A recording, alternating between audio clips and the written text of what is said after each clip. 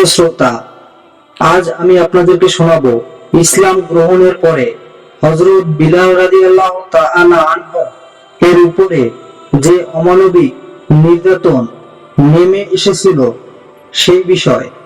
হযরত বিলাল হাবশী কৃতদাস, গায়ের রং কুচকুচে কালো, কিন্তু মানুষের বাইরের চেহারাটাই আসল চেহারা নয়, ভেতরটাই আসল। ভেতর অর্থাৎ হৃদয়টা যার ধবধবে পরিষ্কার, সেই তো কেবল সুন্দর মানুষ। বিলাল কালো হলে কি হবে?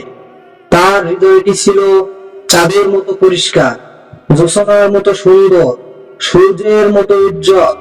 তার বুকে ছিল বজ্রের সাহস, সে সাহস ছিল সমুদ্রের মতো বিশাল, পর্বতের মতো অনড়।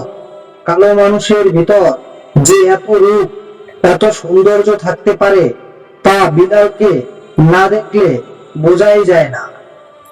বিলালের এই সৌন্দর্যের আসল রহস্য হলো তার বিশ্বাস।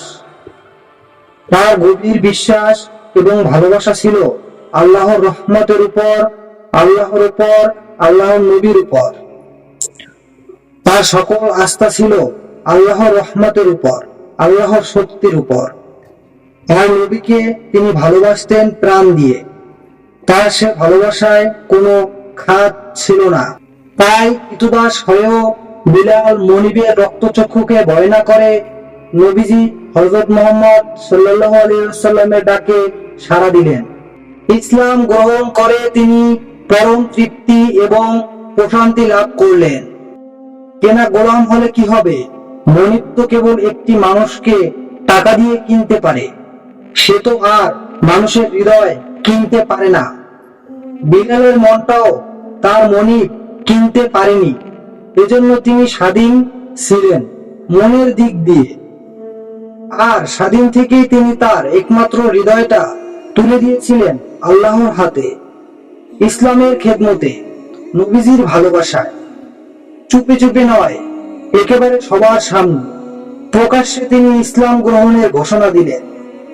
বললেন, আল্লাহ ছাড়া আর কোনো প্রভু নাই, ইসলাম একমাত্র জীবন বিধান, আর নবী হলেন আল্লাহর প্রেরিত মহান পুরুষ, যিনি সত্যের আলো নিয়ে আমাদের মাঝে এসেছেন। তিনি এসেছেন সত্যের বার্তা নিয়ে, মানুষের মুক্তির জন্য।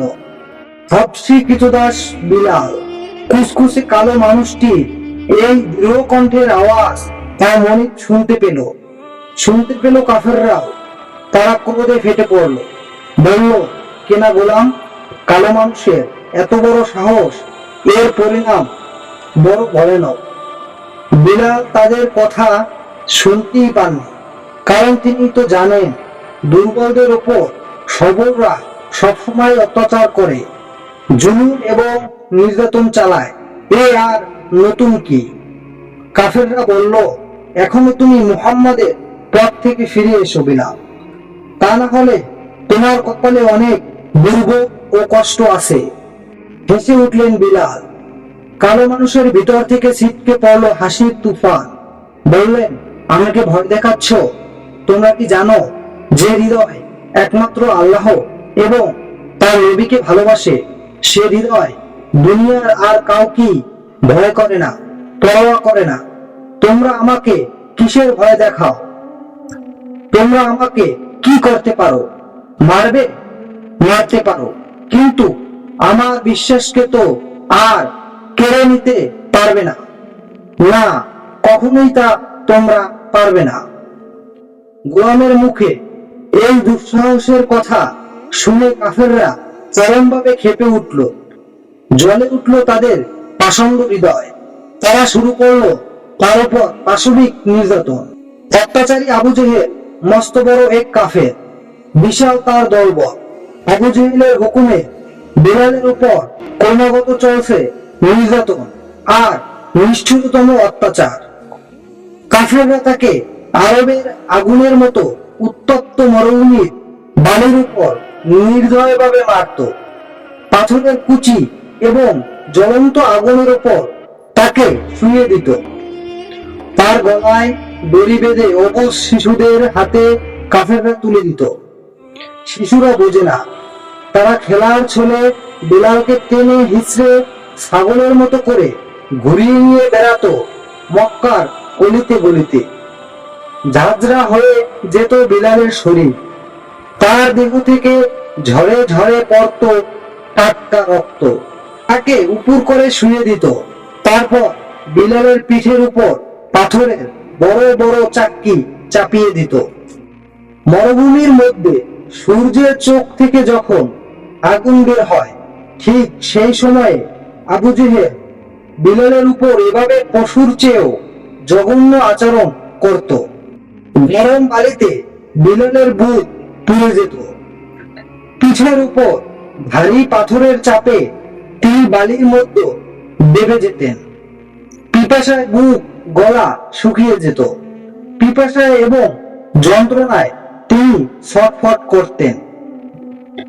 বিলালের কষ্ট দেখে হায়নার মতো হেসে উঠত নরপশু আবু জেহেল। বলতো, এখনো সময় আছে বিলাল, মুহাম্মাদের আল্লাহ থেকে তুমি সরে এসো, তোমাকে ছেড়ে দেওয়া হবে, আর কোনো অত্যাচার করা হবে না তোমার উপর। কিন্তু যিনি একবার আল্লাহকে ভালোবেসে তার সত্য দিনকে গ্রহণ করেছেন, তিনি মানুষের নির্যাতনের ভয়ে পরাজয় বরণ করবেন কিভাবে? আল্লাহর প্রেমের কাছে, নবীজির প্রেমের কাছে এই জুলুম অত্যাচার তো খুবই তুচ্ছ। দুঃসাহসী বিলাল, পর্বতের মতো যার বিশ্বাস, তিনি তার বিশ্বাস থেকে এক চুলও নড়লেন না, বরং আবু জেহেলের সকল অত্যাচারের মধ্যেও তিনি হাসি মুখে জবাব দিলেন, আল্লাহু আহাদ, আল্লাহু আহাদ। বিলালের জবাবে পাপিষ্ঠ আবু জেহেল আরো বেশি ক্ষেপে যেত, আর সেই সাথে বেড়ে যেত তার অত্যাচারের মাত্রা।